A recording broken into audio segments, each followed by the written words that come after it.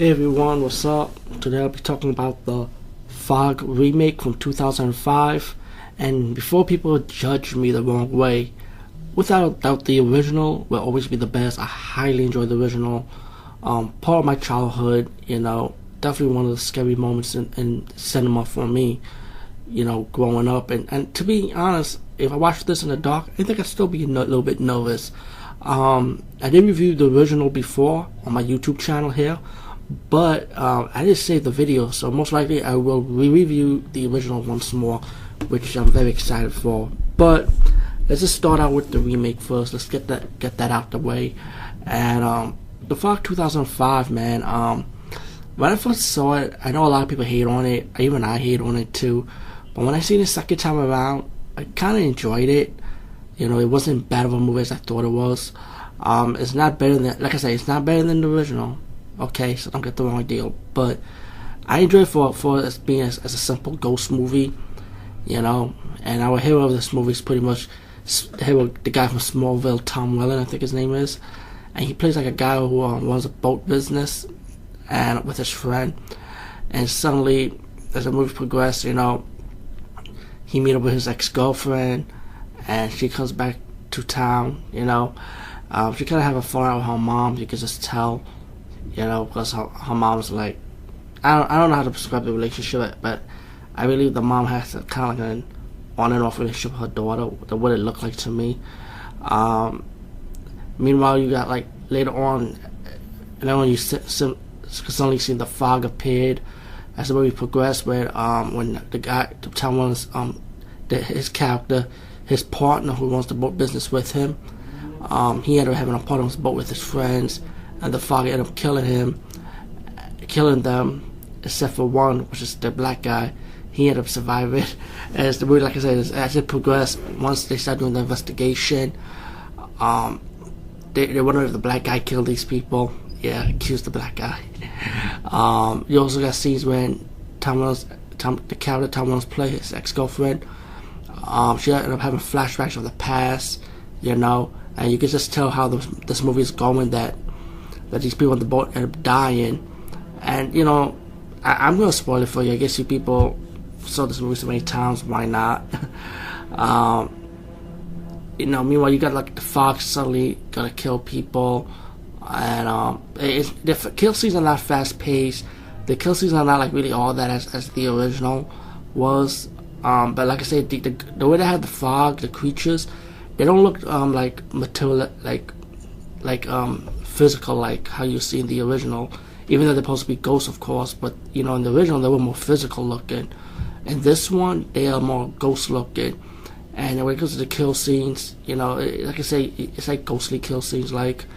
But again, a lot of people do not die in this movie. A few people die, but not a lot.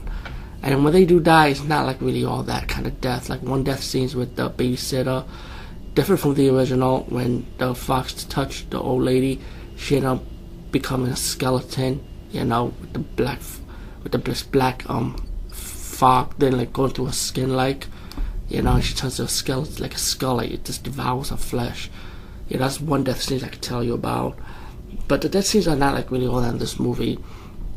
But mainly, as the movie progresses, and once the clues are building in, with Maggie Grace's character, who plays Tom Williams' character's ex-girlfriend in the movie, she finds out that what really went on in the town, what really happened, that the four men, kind of like the original, how they took advantage of the people from the boat, stole their money and killed them, and so they won't get on the island. I think in the remake version, they had a disease also, plus the four founding fathers of the island, they don't want them coming to the island because the disease might affect their people too. But at the same time, they want to steal their money once they saw all that treasure.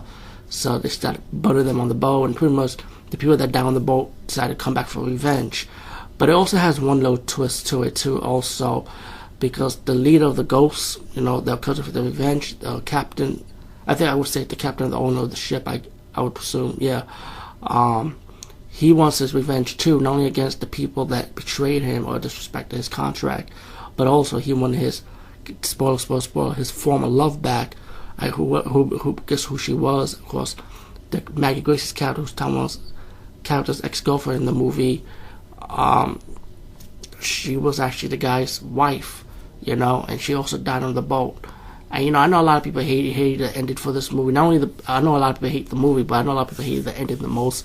When you think the girl's gonna survive, but she ended up going to the ghost, and her body ended up becoming the reincarnated spirit of his wife, as her physical form ended up becoming a ghost form, where she has to go back to her husband.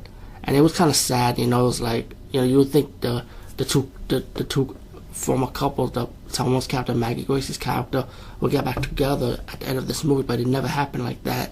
So there wasn't no really happy ending for the two couples. So I know a lot of people got mad at that. Even I did though too. But what is what it is. The Fog, to me, like I said, I enjoyed it. I didn't thought it was bad. It does have a replay value if you haven't seen the movie for a long time, or if you want to see or if you want to watch the original and compare it to the remake in your own way. I guess the movie have a little bit of replay value, I guess, in my opinion. I say check the unrated version, it has a little bit more to it, and the deleted scenes are decent. So, besides that, try it out, check it out. I mean, you can see it online for free anyway. Netflix has it for streaming, so either way, if you don't want to spend a lot of cash for it. Actually, I don't think this movie, it's not expensive to buy now, but I heard it is coming back on. I heard there is going to be a Blu-ray release for this movie actually, but there's a DVD release, the unrated version, which I presume you could get under like $5 at least. Anyway, guys, peace and see you later.